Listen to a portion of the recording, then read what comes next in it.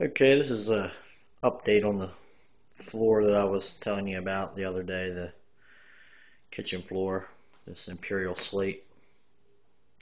As you can see, I've got pretty much the walking path is done, coming down here, keeping everything square and flat. That's very important.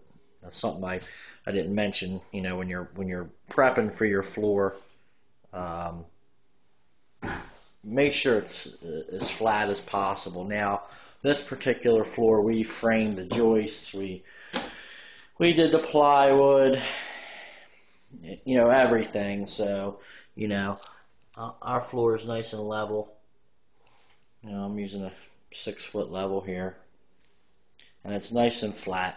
A lot of times you'll run into floors that aren't level, and of course, depending on how much you want to spend and the structural stability of your floor, you could pour a self-leveling compound down first to get your floor level. But if it's within a tolerance, you can, and as long as it's flat being probably the most important thing, um, that way all your tiles, it's when you don't have a flat floor, you it's very hard to make everything line up right, and it just never comes out very nice. So that would be my best advice. But anyway, the other thing I wanted to talk to you about was for this particular product, for the DITRA, manufactured by Schluter. I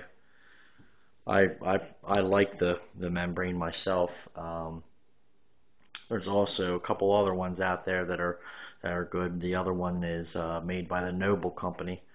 It's called Noble TS. It's a blue product, but again, it's uncoupling, it's crack isolation, it's waterproof. But anyway, with the DITRA, yesterday I was telling you about when I prepped the plywood subfloor, I used a modified thin set, and that's what you need to use underneath of the DITRA to bond it to the wood. However, when you start your installation on top of the membrane, you need to use an unmodified thin set. And again, I'm using a product from Mapei, which is called Kirabond. It's a premium thin set mortar.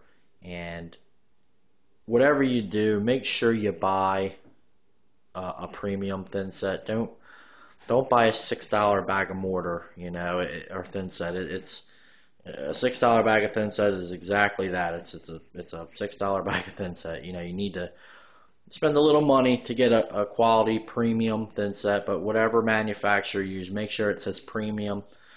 If you're shopping at Home Depot,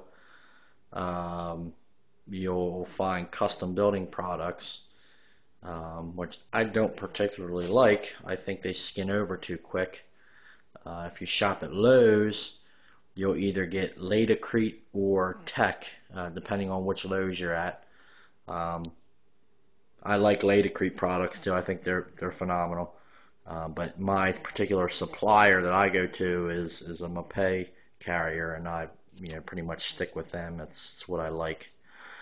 But anyway, long story short, you have to use unmodified according to the manufacturer on top of the DITRA. Now, I know professionals that use modified over top of it, and there's a debate about that, but the way I see it, if you're going to use the product, just follow their directions. Don't, just do what they tell you to do. It's safer that way.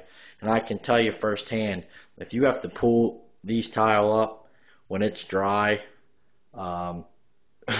if you burn the back of the tile with mud or thin set, and you embed it into the thin set on the ground, it destroys everything pulling it up. It'll rip the membrane up. It'll rip everything up. So I feel you get a very good bond even with unmodified thin set.